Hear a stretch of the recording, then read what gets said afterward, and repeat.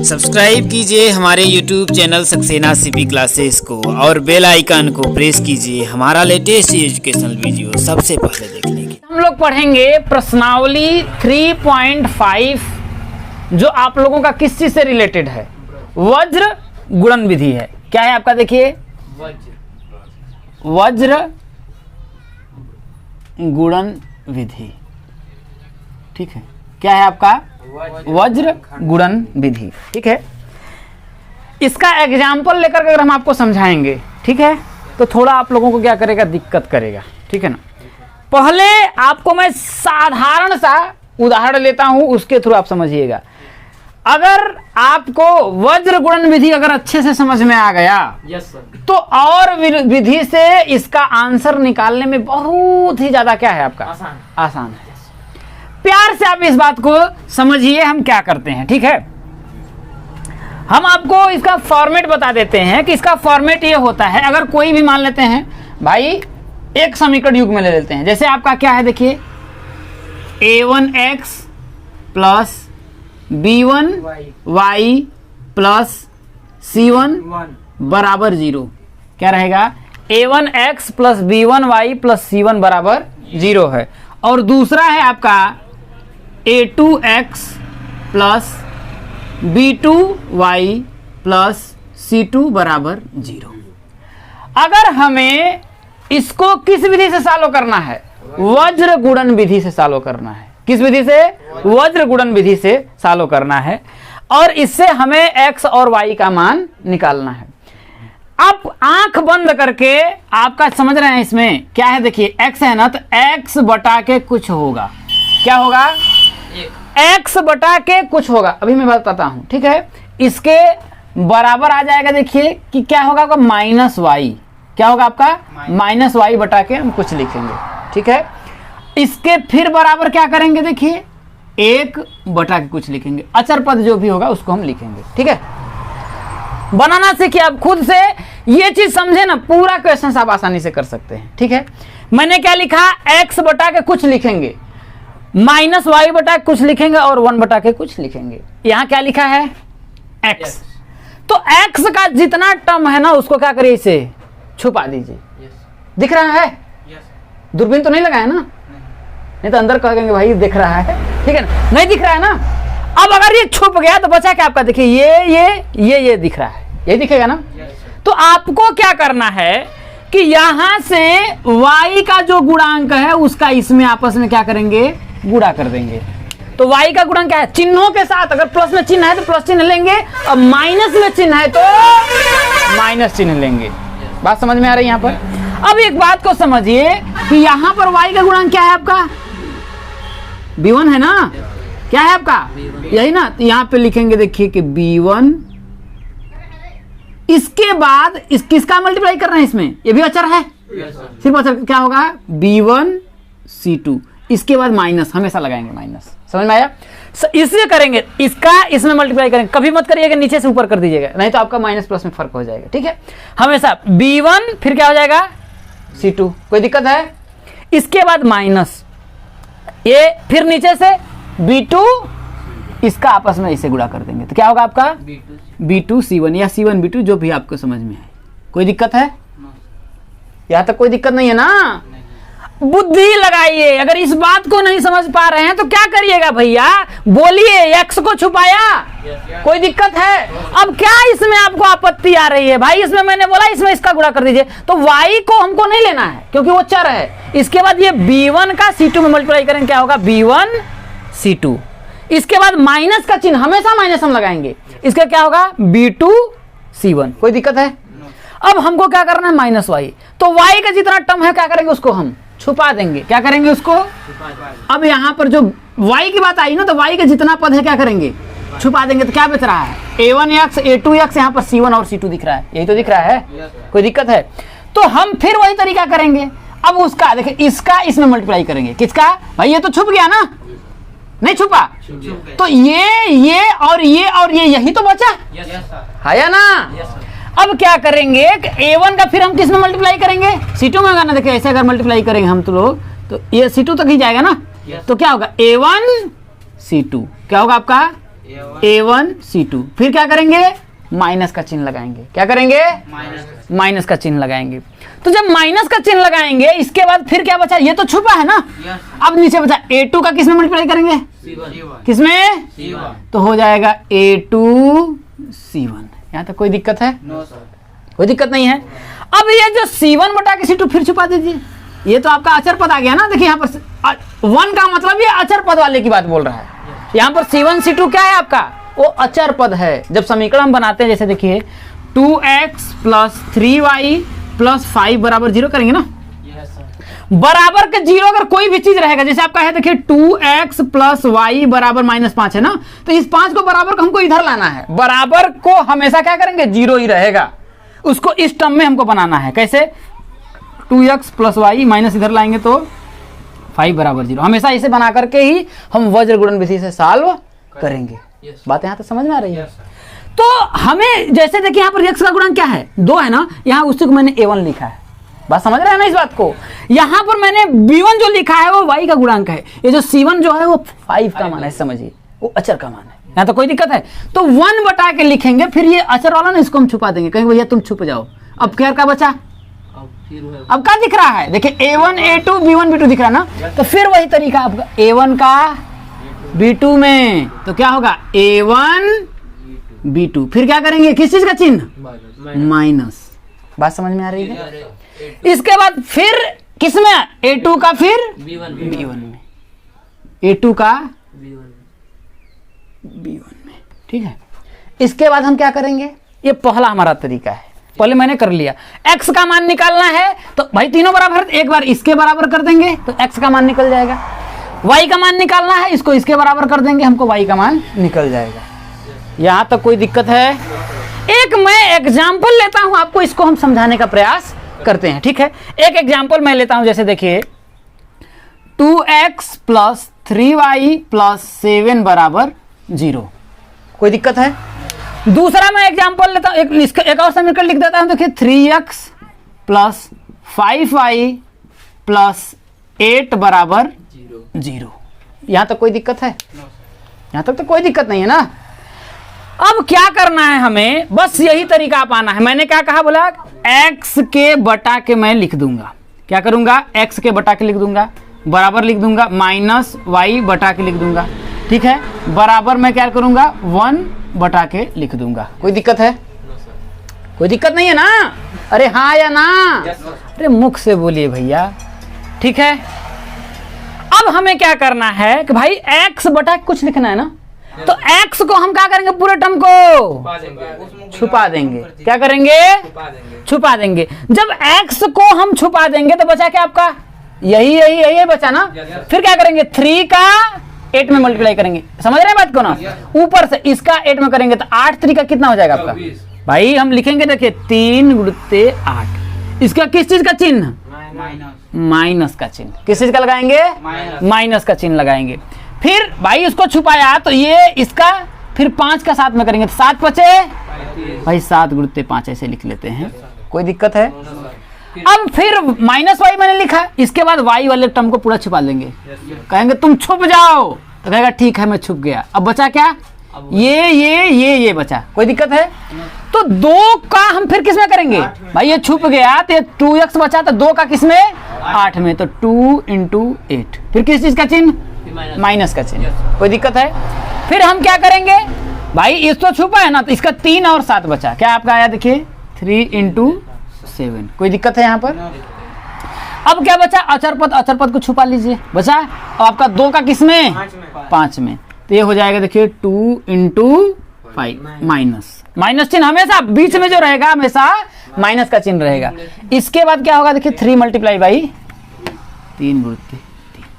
x का मान मुझे निकालना है, किसका मान, x का मान निकालना है। तो हम एक बार इसको और इसको क्या करेंगे, बराबर करेंगे। बुद्धि लगाइए यार, बीच में बराबर है, गुणा कैसे कर देंगे, बराबर करेंगे ना। एक बार हम इसके बराबर करेंगे, x का मान निकल जाएगा। तो हम इसके बराबर करेंगे तो क्या होगा देखिए x बटा के 8 3 का कितना हो जाएगा, 24 माइनस 7 बचे 35, कोई दिक्कत है। बराबर ये 1 बटा के 5 दूना के 10 माइनस 3 3 का 9, कोई दिक्कत है। कोई दिक्कत नहीं है ना। इसको हमको सॉल्व कर लेना है। तो यहाँ पर अगर हम करेंगे देखिए तो x बटा के 24 में से अगर हम 35 को घटाएंगे तो कितना आपका आएगा, जल्दी बोलिए। माइनस का 11, माइनस का 11 बराबर 1 बटा के 10 में से 9 घटाएंगे तो कितना आएगा, 1 आया। बस अब क्रॉस मल्टीप्लाई आपको कर दीजिए। तो यहाँ से आपका x का मान कितना आया, माइनस का 11 आया। आ गया आंसर x का। मजा आया? आसान है ना? अब देखिए हमको x का मान मिल गया। वैसे ही अगर हम एक बार क्या करेंगे, इसके बराबर कर देंगे, ठीक है ना। जब इसके बराबर कर देंगे तो वही होगा, देखिए माइनस वाई बटा के वही 8 दूना के 16 माइनस 7 त्रिका 21। भाई एक बार हमने इसके बराबर कर दिया, एक बार हम क्या करेंगे, अचर पद को इसके बराबर कर देंगे। बात समझ में आ रही ना? तो जब इसको करेंगे तो बराबर क्या होगा, देखिए 1 बटा के इसको करेंगे तो कितना आएगा, देखिए 10 माइनस का 9। तो माइनस वाई बटा के 16 में से अगर मैं 21 को घटाऊंगा तो कितना होगा, माइनस का 5। कितना आएगा, माइनस का 5 बराबर इधर आएगा 1 बटा के माइनस से माइनस आपका कट गया, कटा ना, ये वाई है। तो यहाँ से वाई का मान क्या आपका आया, 5 आया कि नहीं आया। और ये आपका हो गया आंसर आ गया। क्या दिक्कत है भाई, कोई दिक्कत है इसमें? आसानी तरीके से x का मान हमने निकाल लिया, y का मान निकाल लिया। लेकिन एक बात का हमेशा आपको ध्यान रखना है, अगर आपका समीकरण जैसे आपका 2x + 3y बराबर अगर मान लेते हैं माइनस का 7 होता, या फिर बराबर आपका 7 होता, और 2x + 7y बराबर 3 होता, मान लेते हैं ऐसे रहता, तो हमेशा हम ये जो इधर है ना उसको हमेशा बराबर के क्या करेंगे, इधर लाएंगे। मतलब इसको हमें क्या करना है, बराबर 0 बनाना। 7 को इधर हमेशा 0 ही रहेगा और कुछ भी नहीं रहेगा। इसको जब हम बना करके ऐसे लिखेंगे 2x + 3y, 7 इधर है तो क्या करेंगे, माइनस का 7 बराबर 0, ऐसे बनाना है। इसको भी वैसे 2x + 7y, ये 3 इधर आएगा, माइनस का 3 बराबर 0। इस तरीके से बना करके हमें हमेशा क्या करना है, सॉल्व करना है। मतलब बराबर के इधर कोई भी नंबर ना हो, हमेशा क्या हो आपका, आसानी से आपका आंसर आएगा। अब चलिए हम लोग उदाहरण करते हैं। देखिए उदाहरण नंबर 14 आप लोगों को क्या कह रहा है, बड़े ही ध्यान से इसको समझिएगा, ठीक है। कह रहा है बेंगलोर के एक बस स्टैंड से, ठीक है, मान लेते हैं कि ये मेरा बेंगलोर है, बेंगलोर का कोई एक बस स्टैंड है, ठीक है, कोई दिक्कत है। बेंगलोर के एक बस स्टैंड से यदि हम 2 टिकट मल्लेश्वरम के तथा 3 टिकट यशवंतपुर के, अब यहां से मान लेते हैं भाई मल्लेश्वरम अलग होगा और यशवंतपुर अलग होगा, होगा कि नहीं होता है। ये मैं मान लेता हूं कि मेरा क्या है, देखिए मल्लेश्वरम को मैं M से दिखा देता हूं और यशवंतपुर को Y से दिखा देता हूं, कोई दिक्कत है, ठीक है ना। ये मल्लेश्वरम यशवंतपुर के मैंने ले लिए, ठीक है। कितने मल्लेश्वरम का ये बोल रहा है, कितना टिकट ले रहा है, 2 टिकट मल्लेश्वरम का ले रहा है और 3 टिकट यशवंतपुर का ले रहा है। तो उसको टोटल कितने रुपए देने पड़ रहे हैं, 46 रुपए। परंतु यदि हम 3 टिकट मल्लेश्वरम के, कितने, 3 टिकट मल्लेश्वरम के, कहां से, यहीं से यहां तक, ठीक है, और 5 टिकट यशवंतपुर के, यहां से 5 टिकट कहां से, यशवंतपुर के लिए अगर हम ले रहे हैं तो मुझे कितने रुपए देने पड़ रहे हैं, 74 रुपए हैं। तो बस स्टैंड से मल्लेश्वरम, मतलब यहां से मल्लेश्वरम और यहां से कहां, यशवंतपुर का किराया ज्ञात करिए, वो पूछ रहा है, ठीक है। तो हम क्या करते हैं, देखिए मान लेते हैं, माना बस स्टैंड से पहले क्या है, मल्लेश्वरम, मल्लेश्वरम का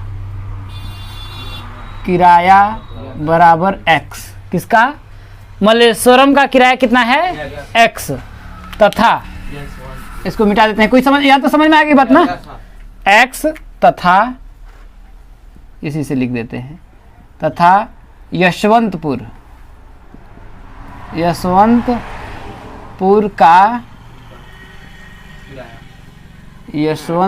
का किराया क्या है आपका, y है, आपका रुपया y है, यहाँ रुपया x है। कोई दिक्कत है, यहाँ तो कोई दिक्कत नहीं है।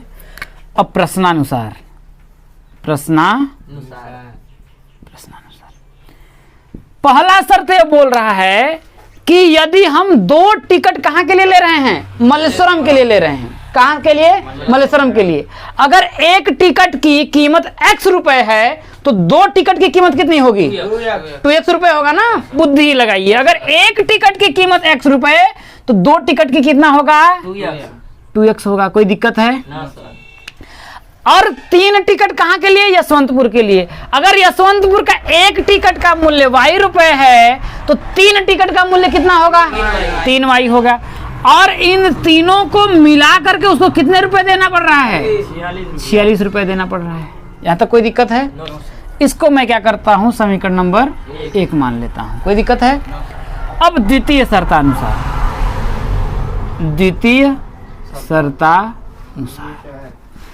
द्वितीय शर्त में बोल रहा है, परंतु यदि हम 3 टिकट मल्लेश्वरम के, कितने, 3 टिकट। अब मल्लेश्वरम में एक टिकट का मूल्य अगर x रुपए है तो 3 टिकट का मूल्य कितना होगा, 3x हो जाएगा। तो हो जाएगा आपका, देखिए 3x। कोई दिक्कत है? प्लस अगर यशवंतपुर का एक टिकट का मूल्य y रुपए है तो 5 टिकट का मूल्य कितना होगा, 5y होगा ना, बराबर। टोटल को मिलाकर के कितने रुपए देना पड़ रहा है, 74 रुपए देना पड़ रहा है। यहाँ तक कोई दिक्कत है? इसे हम समीकरण नंबर क्या मारते हैं, 2 से क्या कर लेते हैं। ठीक है, अब हमें क्या करना है, इसको वज्र गुणन विधि से सॉल्व करना है। किस विधि से, वज्र गुणन विधि से सॉल्व करना है। लेकिन मैं एक बात को ध्यान रखिएगा कि मैंने जब भी आप लोगों को बताया जो बराबर है 46 ना, उसको हमें क्या करना है, बराबर के इधर लाना है और बराबर क्या करना है, 0 करना है। तो समीकरण को मैं लिख देता हूं। देखिए समीकरण 1 से मैं अगर इसको बनाऊंगा, देखिए तो होगा, देखिए 2x प्लस 3y, ये 46 है ना, इधर आएगा तो क्या होगा आपका, माइनस का 46 बराबर क्या हो जाएगा आपका, 0। कोई दिक्कत है? इसमें अगर हम करेंगे तो क्या होगा, देखिए आपका 3x प्लस कितना हो जाएगा आपका 5y माइनस ये 74 है ना, इधर करेंगे तो क्या होगा आपका माइनस का 74 बराबर क्या हो जाएगा आपका 0। हमें क्या करना है, वज्र गुणन विधि से x और y का मान ज्ञात करना है। तो x का मान ज्ञात करने के लिए मैंने बताया भैया कि x बटा के आप लिख लीजिए, कोई दिक्कत है, बराबर माइनस y बटा के लिख लीजिए, बराबर 1 बटा के लिख लीजिए। कोई दिक्कत है? अब x का मान निकालना है तो मैंने क्या बताया आपको कि x वाले को छुपा लीजिए। अगर x वाले को छुपा लिए तो क्या बचा आपका, देखिए 3y बचा, 46 बचा, 5y बचा, 74 बचा। तो ये y का गुणांक क्या है आपका, y गुणांक क्या है, 3 है ना। तो इस 3 का गुणा हम किस में करेंगे, देखिए तिर्यक गुणा करेंगे ऐसे ऐसे। तो क्या होगा, देखिए 3 का गुणा किस में करेंगे, 74 में चिन्ह क्या है, माइनस है ना, तो चिन्ह को लेकर के हम करेंगे, ध्यान रखिएगा, है ना। चिन्हों के साथ करेंगे तो -74 है तो मैंने -74 लिख लिया। कोई दिक्कत है? इसका क्या लगाएंगे, माइनस का चिन्ह लगाएंगे। क्या करेंगे, माइनस का चिन्ह लगाएंगे। अब वही मैंने छुपाया है तो नीचे वाला क्या बचा आपका, 5 बचा। तो यहाँ 5 का गुणा किस में करेंगे, भाई इस बात को समझिए, अगर मैं छुपा रहा हूँ ना, बुद्धि लगाइए। यहाँ पर 3 का गुणा -74 में कर लिया, तो अब इसका इसमें करेंगे ना, तो 5 है इधर, देखिए 5 प्लस में है तो क्या होगा, माइनस का 46। तो यहाँ पर लिख दिया मैंने माइनस का, ठीक है। ब्रैकेट में इसलिए कर रहा हूँ क्योंकि मल्टीप्लाई आपका हो रहा है। कोई दिक्कत है? अब मैं सेकंड वाला कर रहा हूँ, y का मान निकालना है तो y वाले को ऐसे छुपा लीजिए, छुपा लिया। अब इधर देखिए 2x बचा, तो 2x का मल्टीप्लाई मैं किस में करूंगा, माइनस का 74 में। तो क्या करेंगे, देखिए 2 का मल्टीप्लाई मैं करूंगा माइनस का 74 में, फिर माइनस का चिन्ह। कोई दिक्कत है? फिर यहां से अगर मैं इसको छुपा रहा हूं तो नीचे क्या बचा, देखिए 3 बचा, तो 3 का मैं करूंगा माइनस का 46 में, तो 3 का माइनस का 46 में बराबर, भाई अचर पर आया, इसको मिटा देंगे, पूरा मिटा देंगे भाई, छुपा लिए। तो क्या बचा आपका, देखिए 2x का मल्टीप्लाई फिर किस में करेंगे, 5 में ना, तिर्यक गुणा करना है तो 2 का 5 में, तो ये होगा देखिए 2 5 माइनस का ये 3 का 3 में, 3 का करेंगे हम लोग 3 में। कोई दिक्कत है? यहाँ पर x का मान अगर हमको निकालना है तो हम इसके बराबर क्या करेंगे, इसको कर लेंगे बस। x का मान मुझे निकालना है तो पहले मैं क्या करता हूँ, देखिए x बटा के -74 का 3 में गुणा करेंगे तो कितना होगा, 4 3 12 के 2, है ना भाई। एक बार मैं क्या कर रहा हूँ, इसके बराबर मैं कर दे रहा हूँ, बस इतना बात को ध्यान रखिएगा। तो 4 3 के 12 के 2 हुआ और 7 3 का 21 और एक कितना हो जाएगा आपका 22, लेकिन किस चीज में, माइनस है, देखेंगे तो प्लस और माइनस का गुणा होता है अगर माइनस आ जाएगा। कोई दिक्कत है? अब देखिए यहाँ माइनस और माइनस का गुणा हो जाएगा तो क्या होगा आपका प्लस हो जाएगा ना, तो यहाँ पर लिख देंगे देखिए प्लस। ठीक है, 5 का करेंगे तो 6 पंचे 30 के 0, अब 5 चौके 20, अब 20 3 कितना हो जाएगा आपका 23। ध्यान रखिएगा, ठीक है ना, यहाँ तो कोई दिक्कत है। अब क्या करेंगे हम, देखिए बराबर किसके, इसके बराबर करेंगे ना, तो क्या होगा आपका देखिए 1 बटा के 5 दूना के 10 और माइनस 3 तरीका, कोई दिक्कत है, कोई दिक्कत नहीं है। अब यहाँ से देखिए मैं सालो करूंगा, देखिए तो क्या होगा आपका, देखिए दिख रहा है ना, तो x बटा के 230 प्लस में है, 222 माइनस में है, तो 230 में से अगर 222 को घटाएंगे तो कितना आएगा। अरे भैया बुद्धि लगाइए, 30 में से 22 को घटाना है ना, तो 8 है। माइनस कहाँ आएगा, प्लस में से भैया 230 बड़ा है या 222, बुद्धि लगाइए ना, तो 30 में से 22 को घटाएंगे तो कितना आएगा 8। अब मैं आपको जोड़ घटाना नहीं बताऊंगा, ये 8 आया बराबर, यहाँ आएगा आपका 1 बटा के 10 में से 9 घटाएंगे तो कितना आएगा आपका 1 आएगा। तो यहाँ से हमको क्या करना है, सिर्फ क्रॉस मल्टीप्लाई कर देना है। तो x का मान क्या आएगा, दिख रहा है, x बराबर क्या है आपका 8 आ जाएगा। कहने का मतलब कि यशवंतपुर का जो एक टिकट का भाड़ा है कितना है 8 रुपए। कोई दिक्कत है। अब यहाँ से मैं y का मान निकाल लेता हूँ, इधर से मैं क्या करता हूँ y का मान निकाल लेता हूँ। y का मान निकालने के लिए देखिए आपका माइनस का y बटा के 74 का 2 में करेंगे तो कितना होगा 4 दूना के 8, 7 दूना के 14, 1 15, माइनस का 158, माइनस में है ना, इसके फिर माइनस माइनस करेंगे तो क्या होगा आपका प्लस, 36 के 18, 4 तिया 12 और 1 कितना हो जाएगा आपका 13, 138 हो जाएगा बराबर। ये देखिए भाई, एक बार मैं इसको और इसको बराबर कर रहा हूँ ना, y और इसको बराबर कर रहा हूँ भाई, इसको एक बार मैंने इसके बराबर कर दिया तो x का मान निकाला, अब मैं इसको इसके बराबर करूंगा तो यहाँ पर हो जाएगा देखिए 1 बटा के 5 दूना के 10 और माइनस 3 तरीका 9। यहाँ कोई दिक्कत है। अब यहाँ से देखिए आपका देखिए माइनस y बटा के 158 में से 138 को घटाएंगे क्या आएगा, देखिए 58 बड़ा है, इस और माइनस में आएगा, तो माइनस का 8 में से 8 गया 0, वो वहाँ पे 148 होगा। कहाँ पर 148 है, 58 की जगह 158 जो है ना, 4 दूना के 8, 7 दूना के 14, हाँ 148 होगा। ठीक है, कितना हो जाएगा आपका 148 होगा। ठीक है, बढ़िया है भाई, 4 दूना के 8, 7 दूना के 14, हाँ ठीक है 148 होगा। ठीक है, तो 148 में से अगर मैं 138 को घटाऊंगा तो कितना होगा आपका माइनस का 10 होगा, होगा ना बराबर। यहाँ पर 1 बटा के 10 में से 9 घटाएंगे तो कितना आएगा आपका 1 आएगा। तो यहाँ से देखिए आपका माइनस से माइनस कट जाएगा, कटेगा, तो यहाँ पर क्रॉस मल्टीप्लाई करेंगे तो y का मान कितना हो जाएगा, y और बराबर कितना हो जाएगा 10 का 1 में करेंगे तो 10। यहाँ से देखिए वज्र गुणन विधि से हम लोगों ने x और y का मान निकाल लिए हैं। भाई हमने मल्लेश्वरम का जो किराया है x रुपए, इसका मतलब 8 रुपए है, और यशवंतपुर का जो किराया है कितना है आपका 10 रुपए। अगर आपको प्रूफ भी करना हो तो x का मान मैंने कितना लिया है 8, तो 8 दूना के 16 हो जाएगा। इधर देखिए 10 तिया 30, तो 30 में 16 जोड़ेंगे तो 46 आएगा ना, समझ में आ रहा है। उदाहरण नंबर 15 में आपका क्या बोल रहा है, देखिए कि p के किन मानों के लिए निम्न समीकरणों के युग्म का एक अद्वितीय हल है। ठीक है, समीकरणों के किस युग्म के लिए अद्वितीय हल है। तो मैंने आप लोगों को बताया था कि a1 बटा के a2 अद्वितीय हल होगा, तो आपका a1 बटा के a2 is not equals to b1 बटा के b2। ये बताया मैंने कि यदि a1 बटा के a2 is not equals to b1 बटा के b2 अगर होगा तो इसका क्या होगा, प्रतिच्छेदी होगा और अद्वितीय, यही बोला ना, एक अद्वितीय हल है, तो इसका क्या होगा, एक अद्वितीय हल होगा। क्या होगा, अद्वितीय हल मैंने बताया था।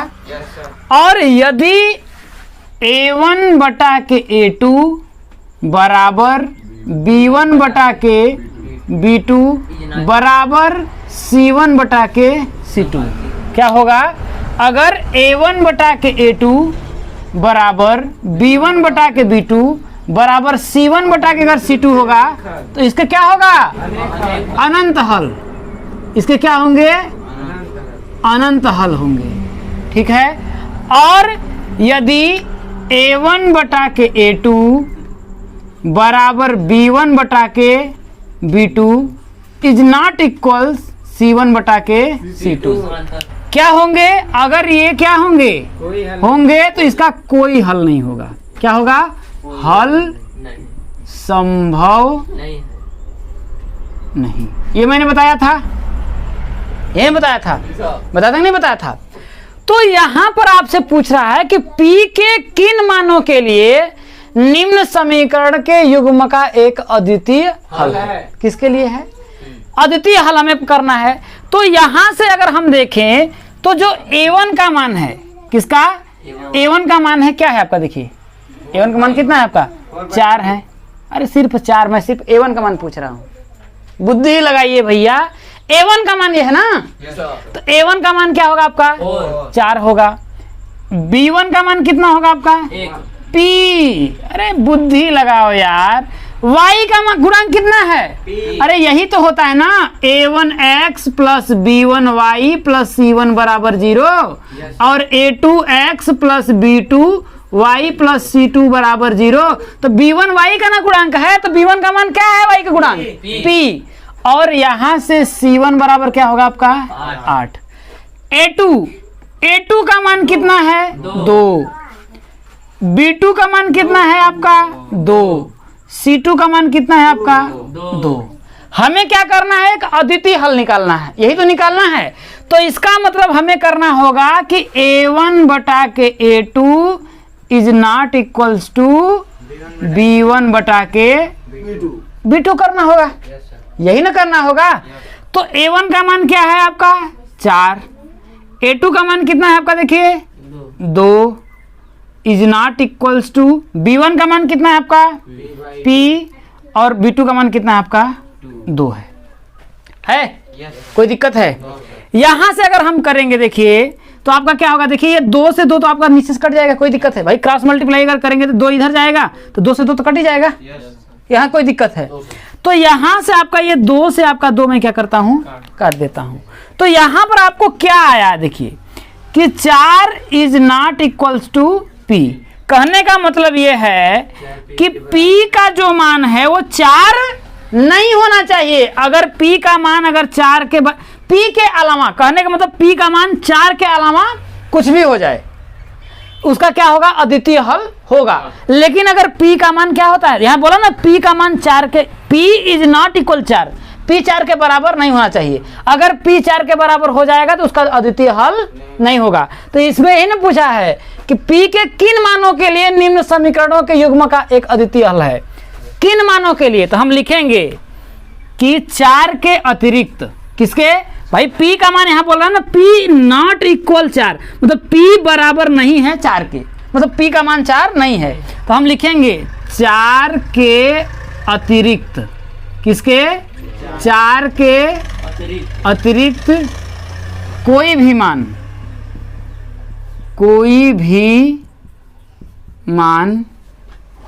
रखने पर, 4 के अतिरिक्त भाई यहां लिख दीजिएगा P का, 4 के अतिरिक्त यहां पर P का कोई भी मान रखने पर अद्वितीय हल प्राप्त होगा। क्या होगा?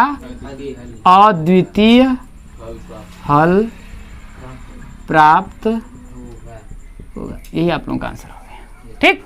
नंबर 16 में आपका क्या कह रहा है? देखिए कि K के किस मान के लिए निम्न रैखिक समीकरणों के युग्म के अपरिमित रूप से अनेक हल होंगे। तो मैंने आप लोगों को बता रखा है कि अनंत हल कब होंगे? जब A1 बटा के A2 बराबर B1 बटा के B2 बराबर C1 बटा के C2 होंगे। ये मैंने बताया है। ठीक है। तो यहां से हम निकालते हैं। देखिए कि A1 का मान आपका क्या है? आपका यहाँ देखिए A1 का मान क्या है? आपका K है। A2 का मान क्या है? 3। सॉरी B1 का मान। ठीक है। B1 का जो मान है वो कितना है आपका? 3 है। और C1 का मान कितना है आपका? देखिए माइनस का K माइनस का 3 है। यहाँ तक कोई दिक्कत है? इसके बाद आपका देखिए A2 का मान कितना है आपका? देखिए 12 है। ठीक है। B2 का मान कितना है आपका? K है भाई, y का गुणांक K है। इसके बाद C2 का मान कितना है? देखिए माइनस का K है है कि नहीं है? अगर इसके अपरिमित रूप से अनंत हल होंगे तो a1 बटा के a2 बराबर b1 बटा के b2 बराबर c1 बटा के c2 होगा। होगा कि नहीं होगा? तो हम लिखेंगे यदि अपरिमित